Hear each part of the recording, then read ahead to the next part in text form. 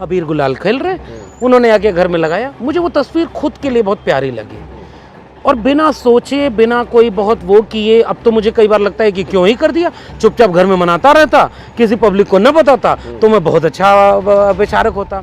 होलिका दहन के पीछे पूरा का पूरा एक ब्राह्मणवादी षड्यंत्र है। उसको किस तरह से महिलाओं को जलाने को सेलिब्रेट किया जाता है, जिसकी मुखालफत अम्बेडकरवादी विचारधारा के लोग बहुत ज़्यादा करते हैं कि हम इस चीज़ का जश्न नहीं मना सकते।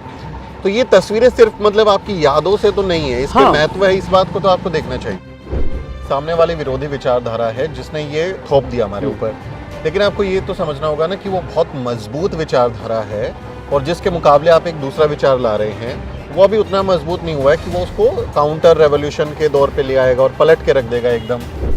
लेकिन आपके ट्वीट की भाषा ऐसी नहीं थी, आपने अपने मेल जोल के बारे में भाषा लिखी है, अपने पारिवारिक अब आपको भाषा लिखनी चाहिए थी कि भाई ये प्राकृतिक पूजा का मैंने उसमें एक जगह लिखा है त्योहार है, ये हम इसके विरोध में अपना त्योहार मना रहे हैं कि मेरे हर कल्चर का इस्तेमाल अगर ब्राह्मण कर ले, ब्राह्मणवाद कर ले, तो भगवा चीवर बुद्ध का रंग है, चीवर का है, और वो भगवा आज किसके हाथ में है, वो हम छोड़ दें। जैसे हमारे लिए गणतंत्र दिवस एक त्यौहार हो सकता है, स्वतंत्रता दिवस एक त्यौहार हो सकता है, संविधान दिवस एक त्यौहार हो सकता है, हमारे पुरखों की जयंती परिनिर्वाण एक त्यौहार हो सकता है। तो हम इनमें ना पढ़ के हम अपने नए त्यौहार भी तो गढ़ सकते हैं ना, उसमें हम ज़्यादा अच्छे से मुझे लगता है अपने लोगों को जोड़ पाएंगे। गुलामों के अपने त्यौहार नहीं होते, बल्कि वो अपने मालिकों द्वारा थोपे गए त्योहारों का ही जश्न मनाते रहते हैं। बाबा साहब डॉक्टर अंबेडकर का ये वाक्य है उन त्योहारों की ओर इशारा करता है जिन्हें बहुजन समाज मनाता रहा है, चाहे वो होली हो, दिवाली हो या फिर कई तरह के उत्सव हों, जिन्हें बहुजन समाज के लोग आज ये कहकर नकार देते हैं कि वो ब्राह्मणवादी हैं और ब्राह्मणवादी प्रथाओं को आगे बढ़ाते हैं। ब्राह्मणवाद पर और जो भी पाखंड है उस पर सीधा हमला बोलने के लिए आजकल इंटरनेट की दुनिया में एक जाना पहचाना नाम है डॉक्टर लक्ष्मण यादव, जो अपने भाषणों के लिए बहुत जाने जाते हैं और पाखंड पर सीधा हमला करते हैं। लेकिन अभी कुछ दिन पहले ही होली बीती है और प्रोफेसर साहब ने कुछ तस्वीरें ट्वीट की, कुछ तस्वीरें साझा की जिनमें इनके चेहरे पर गुलाल अबीर लगा हुआ है, बच्चों के साथ मस्ती कर रहे हैं। और वो तस्वीरें जब सोशल मीडिया पर आई तो काफ़ी वायरल हुई और लोग इस बात को लेकर दो धड़ों में बंट गए कि क्या ये जश्न मनाना चाहिए, होली या दिवाली का जो त्यौहार है जिसे हम ब्राह्मणवादी प्रथा कहते हैं उसमें शामिल होना चाहिए, या फिर ये प्रकृति के पास जाने का, अपने रिश्तेदारों से, अपने आसपास के लोगों के साथ घुल मिलने का त्यौहार हो सकता है, या हम कोई और नए अपने उत्सव बना सकते हैं। ये पूरी बहस छिड़ी हुई है। तो आज हमने रिक्वेस्ट किया डॉक्टर लक्ष्मण यादव से कि आप खुद ही आ जाइए कि हम लोग इस पर कयास लगाएं, इससे बेहतर है कि आप खुद ही इस बारे में बात करें। तो जो तस्वीरें साझा की थी पहले उसकी कहानी बता दीजिए, फिर मैं आगे के सवाल लूँगा। शुक्रिया सुमित जी। और कहानी कोई बहुत लंबी और बहुत सोच विचार की कहानी नहीं है। अमूमन मैं छुटपन के बाद से, बचपन के बाद से थोड़ा भी होश संभालने के समय होली जो बचपन के लिए एक बड़ा उत्साह वाला त्यौहार हुआ करता था, अचानक से उससे दूरी बन गई और उसकी वजह कुछ भी नहीं थी। जब हम होली मनाते थे तब भी उसकी कोई कहानी नहीं पता थी हमें। होलिका में शायद ही हम लोग कभी गए हों, होता है, ऐसा नहीं कि होता है, लेकिन उससे उसका जुड़ाव नहीं था। हमारे लिए वो जश्न का मौका था। लेकिन जब हमने उस जश्न में अपने आसपास देखा कि जो फुहड़ता आ गई, हिंसा आ गई, अश्लीलता आ गई, बहुत सारी बदतमीजियाँ होने लगी, शराब आ गई, हुड़दंग आ गई, पता नहीं धीरे धीरे उससे एक विरक्ति हो गई। और मुझे लगता है कि 15-20 साल हो गए होंगे कि मैंने कोई ढंग से इस तरह होली मनाई हो। कोई घर में आ गया, मिल रही हो, वो बात अलग है, तो होली मनाता नहीं अव्वल। दूसरी बात ये कि अब की स्थितियाँ ये हैं कि हम लोग पढ़ते हैं, समझते हैं, बहुत सारी चीज़ें हमें नहीं पता होती हैं। जब एक वैचारिक चीज़ से जुड़ते हैं तो उन कहानियों को ढंग से पढ़ते समझते ये लगता है कि यार कुछ काम ऐसे होते हैं जो आप अनजाने में ही विपरीत टाइप का कर रहे होते हैं। सही बात है। तो ये बहुत सारी समझदारी आती है। तो अब इस तरह होली और दिवाली को लेकर न कोई आकर्षण बचा है, न हम उस तरह इसको कोई जश्न के रूप में लेते हैं, वैचारिक वजहों से भी और इस तरह से। लेकिन ये जो तस्वीर थी इसमें कुछ नहीं है, मतलब घर पे गए और बच्चे हैं, छोटे छोटे बच्चे बिल्कुल कुछ नहीं जानते। ठीक बात है, घर का माहौल अभी तो हम बहुत कुछ बदलना है। अबीर गुलाल खेल रहे, उन्होंने आके घर में लगाया। मुझे वो तस्वीर खुद के लिए बहुत प्यारी लगी और बिना सोचे, बिना कोई बहुत वो किए, अब तो मुझे कई बार लगता है कि क्यों ही कर दिया, चुपचाप घर में मनाता रहता, किसी पब्लिक को न बताता तो मैं बहुत अच्छा विचारक होता। लेकिन मैंने ऐसा सोचा भी नहीं कि लोगों को चिढ़ाऊं या दिखाऊं। वो अचानक मुझे लगा कि वो तस्वीर मेरे लिए बहुत प्यारी है, उसमें रंग हैं, उस रंगों में खुशियों के चेहरे हैं, मुझे वो खुशी और रंग अच्छा लगा, तो मैंने वो काम कर दिया। बाकी मुझे लगता है कि इस त्यौहार को लेकर के मेरी राय अलग है, जो हम लोग अभी बातचीत में शामिल करेंगे। लेकिन देखिए, आपकी पर्सनल यादें हैं, आपके बच्चे जो आपके भतीजे भतीजियाँ रहे होंगे, उनके साथ आप अपने पारिवारिक पल बिता रहे हैं, यादें क्रिएट कर रहे हैं, लेकिन प्रतीकों का तो महत्व होता है। और होलिका दहन के पीछे पूरा का पूरा एक ब्राह्मणवादी षड्यंत्र है। उसको किस तरह से महिलाओं को जलाने को सेलिब्रेट किया जाता है, जिसकी मुखालफत अम्बेडकरवादी विचारधारा के लोग बहुत ज़्यादा करते हैं कि हम इस चीज़ का जश्न नहीं मना सकते। तो ये तस्वीरें सिर्फ मतलब आपकी यादों से तो नहीं है, इसके महत्व है, इस बात को तो आपको देखना चाहिए। अब मैं इसके उस पहलू पर बात करना चाहूँगा कि असल में इन त्योहारों को लेकर के पूरा सांस्कृतिक विमर्श क्या है।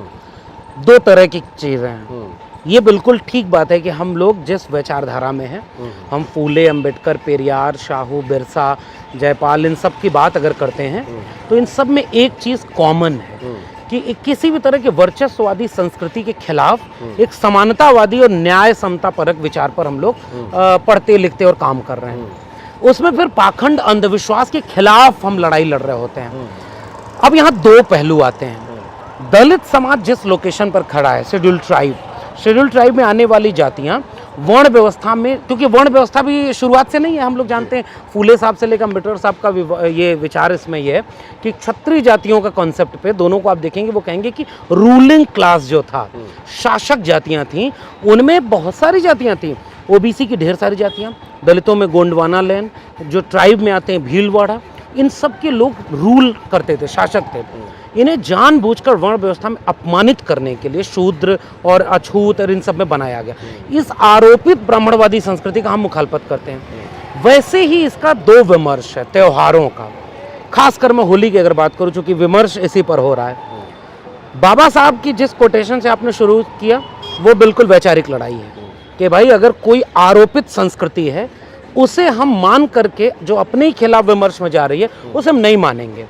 बिल्कुल क्लियर लाइन है, मैं इसमें सहमत हूँ। अब इसमें दूसरी एक संस्कृति है। अगर आरोपित संस्कृति ब्राह्मणवाद की है तो क्या उस ब्राह्मणवाद की आरोपित कहानियों के पहले उसका क्या अर्थ है? इस त्योहार का, खासकर मैं होली और रंगों के उत्सव की बात करूं, पूरे देश में जो किसान तबके हैं, किसान जातियां, फसल को लेकर के उनका त्योहार होता है। जैसे ओबीसी की ढेर सारी जातियां किसानी, खेती, प्रकृति, इनकी उपासना करती है। और सेम यही बात शेड्यूल ट्राइब में है। शेड्यूल ट्राइब के लोग देवी देव खूब आस्थावान हैं, वो सबकी पूजा करते हैं। बस किसकी पूजा करेंगे? पेड़ की, फसल की, उनके अपने लोक देवता हैं, अपने संस्कृति है। दलित समाज में भी यही चीज़ है, क्योंकि उनको तो वो वाले मंदिर में तो घुसने नहीं दिया गया। प्रकृति का रिश्ता ओबीसी और शेड्यूल ट्राइब से बहुत अलग है। होली का एक जो कल्चरल एस्पेक्ट है, इस पे भी हमें गौर करना चाहिए। मैं भी इस विमर्श को पब्लिक डोमेन में ले आ रहा हूँ। तस्वीर लाने के पीछे ये विमर्श लाना जरूरी नहीं था। तस्वीर आ गई, अनायास आ गई, तस्वीर पर विमर्श होने लगा, लोग सवाल पूछ रहे हैं, तो मैं ये बात कह रहा हूँ कि इस बात को भी पड़ताल की जाए कि जब ये कहानी जोड़ी गई होगी होलिका दहन की, इस होली और प्रहलाद और हिरण्यकश्यप की, उसके बहुत पहले से किसान जातियाँ प्रकृति पर्व के रूप में जिस मौसम में फसल पैदा होती है, दो तीन तरह की फसल होती है। रबी की फसल ये है और इसमें फसलों में दाने आए हैं। जौ की फसल काटी जाने वाली है, गेहूं की फसल पक कर तैयार होने वाली है। प्रकृति में अलग अलग रंग खिले हुए हैं, सरसों के दाने से लेकर पलाश के फूल तक। तो उस समय किसान जातियां क्या करती थी? अपने पके हुए दाने का उत्सव मनाते थे प्रकृति से, कि प्रकृति तुमने मेरे खेत में दाने पौधे में लगाए हैं, अब साल भर मेरे बच्चे खाएंगे, हमारा पेट भरेगा। इसे जश्न के रूप में सेलिब्रेट करते थे वो सारी किसान जातियाँ। उसका प्रतीक क्या है? वो जो पकी हुई फसल है उसको आग में जलाते थे जी, और जिसे वो होला, और हमारे यहाँ भोजपुरी टर्मिनोलॉजी में हो रहा कहते हैं, उन्हें जलाकर भूनकर खाते थे। सेम यही कल्चर शेड्यूल ट्राइब लोगों के पास भी है, सेम यही कल्चर आदिवासी ओबीसी के पास है। मैं कह रहा हूँ कि क्या कोई ऐसा एक संदर्भ बिंदु बन रहा है कि हम उस अपने प्राकृतिक उत्सव और खेती किसानी के उस उत्सव को क्लेम करें और उससे ब्राह्मणवादी तत्व को निकाल दें। मिसाल के तौर पर बुद्ध हमारे लिए एक विचार का नाम है। बुद्ध को लोगों ने बनाया कि वो विष्णु के अवतार हैं, हम नहीं मानते, लेकिन उन्होंने एक कहानी बुद्ध के ऊपर आरोपित की, हमने बुद्ध को नहीं छोड़ा। हमने कहा कि ये बुद्ध अब विष्णु के अवतार नहीं है भाई, वो तो अवतारवाद के विरोध में है। तो उनके लिबास को उतारा, अपने बुद्ध को अपना लिया। विवाह नामक एक संस्था है, बड़ी गौर करने की बात है। विवाह नामक संस्था में ब्राह्मण बीच में है। जितना भी ओबीसी एससी एसटी के पास जाएंगे तो उनके अपने लोक कल्चर हैं, लोक गीत हैं, लोक परंपराएं हैं। वो लोक बीच से प्रकृति को उत्सव के रूप में मनाते हैं और उसी में विवाह भी करते थे। धीरे धीरे इन सब पर कब्जा कौन किया? ब्राह्मणवादी संस्कृति। और सब में एक पंडा पुरोहित, सब में एक मिथ की कहानी, सब में एक आरोपित कहानी जिसमें आपको दोयम दर्जे का दिखाया गया। उस कहानी को हम हटाते हैं। कोई बुद्धिस्ट रीति से विवाह कर रहा है वो विवाह ही, लेकिन उसने उस ब्राह्मणवादी पाखंड अंधविश्वास को निकाल दिया। तो आप मूलतः ये कह रहे हैं कि होली जो है, होली मतलब जो रंगों का उत्सव है, होली का दहन नहीं उसका इससे रिश्ता नहीं, वो आरोपित कहानी है। हम उस आरोपित कहानी का विरोध करेंगे। हमारा तो कवि रमाशंकर विद्रोही कहता है कि वो जो महिला जलाई गई वो मेरी माँ रही होगी, बेटी रही होगी, बहन रही होगी, और मैं ऐसा होने नहीं दूंगा। वो मोहनजोदड़ो की अंतिम सीढ़ियों से लेकर हमारे पूरे विमर्श में सामाजिक न्याय का अर्थ है लैंगिक न्याय। हम तो मिथकों और झूठ में भी कभी कबूल नहीं कर सकते कि किसी महिला को आप जलाएंगे, किसी को आप अपमानित करेंगे। वो कहानी घोर ब्राह्मणवादी कहानी है, वो कहानी घोर वर्चस्व वाली कहानी है जिसको हम खारिज करते हैं। लेकिन उस खारिज करने से हम अपने कल्चर को क्लेम करना चाहते हैं। मैं एक बस खोज रहा हूँ, इस विमर्श को पब्लिक डोमेन में ले आना चाहता हूँ। यही ओबीसी की मान्यता है, यही शेड्यूल्ड ट्राइब की मान्यता है। दलित समाज में ये मान्यता बिल्कुल अलग है, वो इसे नहीं कबूल करते। यार हम इस त्योहार को ही नहीं मनाएंगे। धीरे धीरे अच्छा, और अंतिम बिंदु, मैं माफ कीजिए रोक रहा हूं आपको, लेकिन जो विचार आप व्यक्त कर रहे हैं कि सामने वाले विरोधी विचारधारा है जिसने ये थोप दिया हमारे ऊपर, लेकिन आपको ये तो समझना होगा ना कि वो बहुत मजबूत विचारधारा है, और जिसके मुकाबले आप एक दूसरा विचार ला रहे हैं वो अभी उतना मजबूत नहीं हुआ है कि वो उसको काउंटर रेवोल्यूशन के दौर पे ले आएगा और पलट के रख देगा एकदम। तो यहाँ थोड़ी सी तो हमें सावधानी बरतनी चाहिए। अब बहुत महत्वपूर्ण सवाल है, क्योंकि अब ये सवाल विमर्श के बाद पॉलिटिकल टैक्टिक्स का है कि हम अपने आइडियोलॉजी को कैसे एक्सटेंड करें, ताकि जैसे हम कहते हैं 85% 90%, वो एकजुट होकर के जिस दिन जागरूक हो जाएगा उस दिन न इस तरह की तस्वीरों पर कोई विवाद होगा, एक स्पष्ट विचार होगा। ये आपके सवाल का मजमून बिल्कुल सही है कि अगर हम ये काम करते हैं तो हो सकता है इसका फायदा वो लोग उठाएं जिनसे वाली लड़ाई है, बिल्कुल क्लियर है। मेरा मानना ये है कि अगर जैसे मैं ओबीसी समाज से आता हूँ और एक कल्चरल लोकेशन को मैं देख रहा हूँ, ओबीसी की बहुत बड़ी तादाद ब्राह्मणवाद के गिरफ्त में है। शेड्यूल ट्राइब ब्राह्मणवाद से उस तरह नहीं था, लेकिन उनके ऊपर उन्हें बनवासी करके हिंदू बना रहे हैं, वो उसका विरोध कर रहे हैं। ढेर सारा आदिवासी भी ब्राह्मणवादी हो रहा है, ढेर सारा ओबीसी भी हो रहा है। मुझे एक पॉलिटिकल टैक्टिक्स की तरह ही लगता है कि कहीं जोड़ने के सूत्र निकाले जाएं।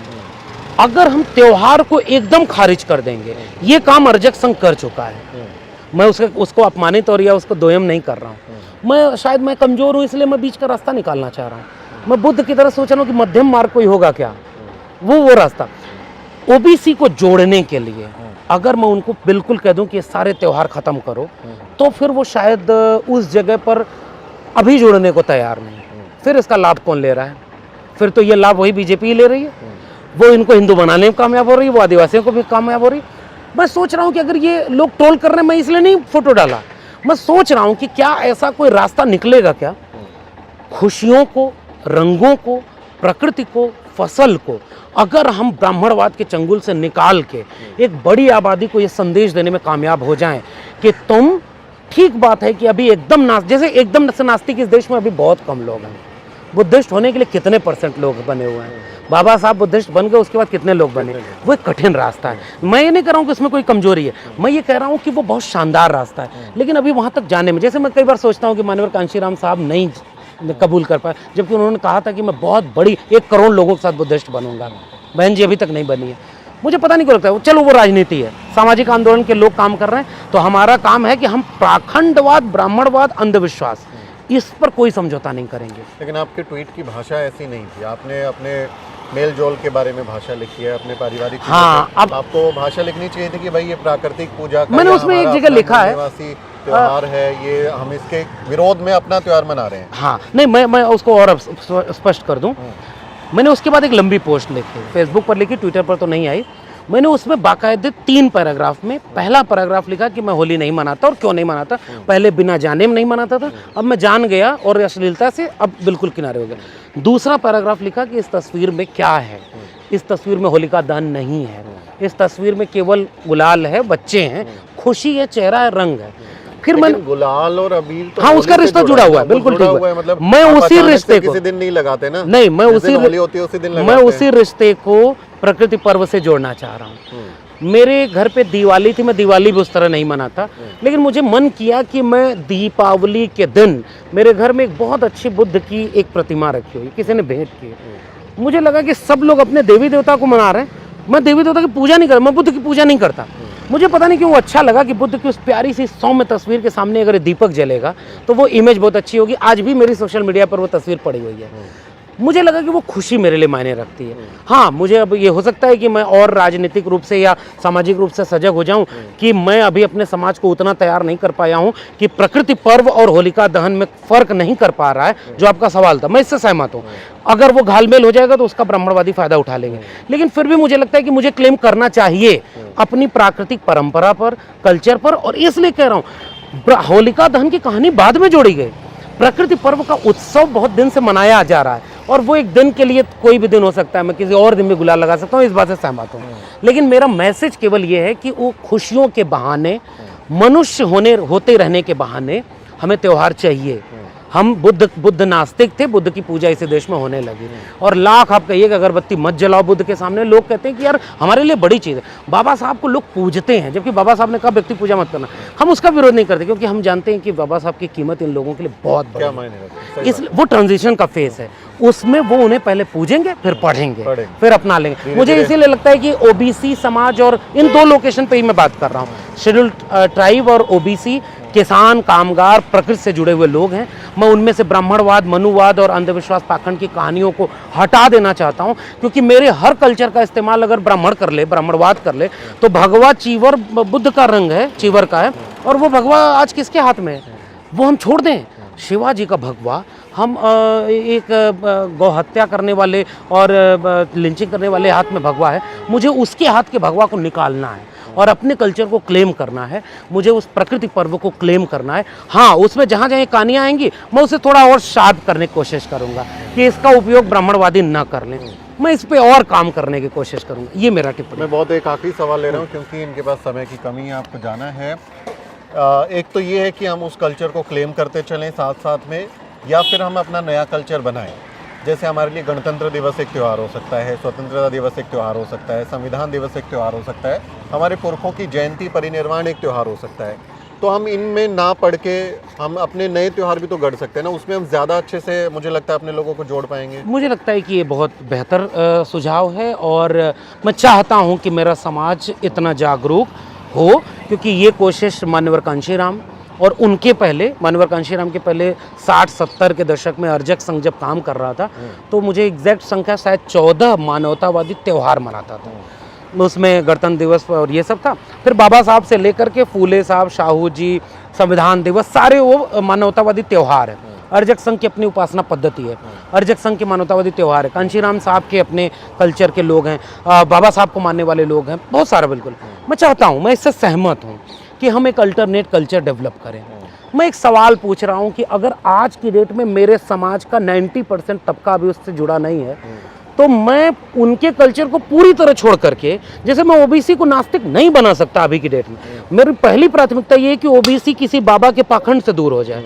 मेरी पहली प्राथमिकता ये है कि ओबीसी और ट्राइब के लोग किसी मंदिर में दान देने और किसी पुजारी को चंदा देने और दक्षिणा देने से बाज आ जाएं। किसी की शादी से पंडित पुरोहित हट जाए, लेकिन शादी भी उसी ट्रेडिशन से हो रही है। मैं शायद एक ट्रांजिशन फेज की बात कर रहा हूँ सुमित जी, और इसलिए आपके विचार से पूरी तरह सहमत हूँ। मैं चाहता हूँ कि मेरा समाज एक दिन ऐसा जागरूक हो जाए कि ये सारे अंधविश्वासी कल्चर और कहानियाँ खत्म हो जाएं और हमारा अपना कल्चर स्टेब्लिश हो जाए।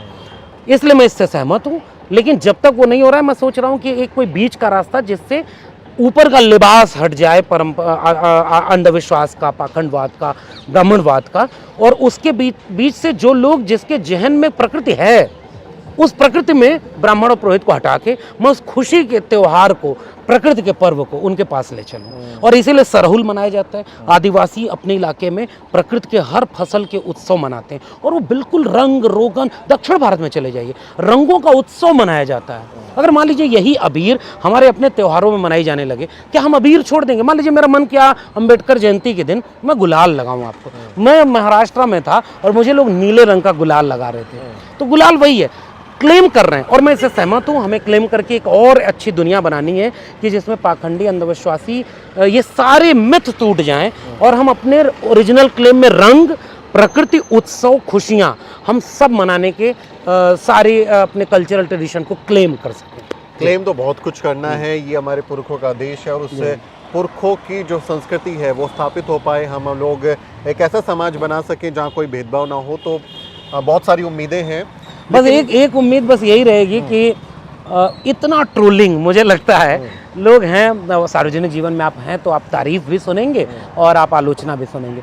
मुझे लगता है मंच पे जय भीम बोलेंगे तो ये जय भीम जिम्मेदारी भी मुझे- बनती है कि नहीं, हमें इस तरह के आरोप लगते हैं तो उसका जवाब देना होगा। बिल्कुल ठीक बात है, लेकिन मुझे लगता है कि कंट्राडिक्शन उतना नहीं है। मैं चाहूंगा कि इस पे और लिखूंगा, पढ़ूंगा, जवाब और इस दूंगा। पर हम बात करेंगे क्योंकि समय बहुत कम है, बहुत मुश्किल से हम लोग ये वीडियो शूट कर पा रहे हैं, इन्हें कहीं जाना है। जी। तो मेरा सुझाव है कि हम एक पैनल डिस्कशन बड़ा हाँ, करेंगे इस 5-6 अलग अलग उसमें वक्ता होंगे अलग अलग प्रोफेशन के, ताकि एक हम पूरी और समझ बहस बना हो, सकें हाँ। कि क्या हमें दिवाली की जगह दीपदान उत्सव या होली की जगह जो आप अपना प्रकृति रंगों पर्व का वाला, हाँ। उत्सव, प्रकृति पूजक बनने का जो आप सुझाव दे रहे हैं वैसा करना चाहिए। इस पर हम और बातचीत करेंगे। फिलहाल इस वीडियो में इतना ही। जो डॉक्टर लक्ष्मण यादव ने बातें की हैं उस पर आपकी क्या राय है? मैं अपना कोई ओपिनियन आपको नहीं दे रहा, जब अगला शो हम इस पर करेंगे तब मैं अपना ओपिनियन आपको दूंगा। इनकी बातों पर क्या सोचते हैं कमेंट करें। आपसे अपील है इस वीडियो को शेयर करें और हमारे चैनल को ज़रूर सब्सक्राइब करें। बहुत बहुत शुक्रिया समय देने के लिए। बहुत शुक्रिया। समझ अगले किसी वीडियो में मुलाकात होगी, तब तक आप देखते रहिए द न्यूज़ वीक।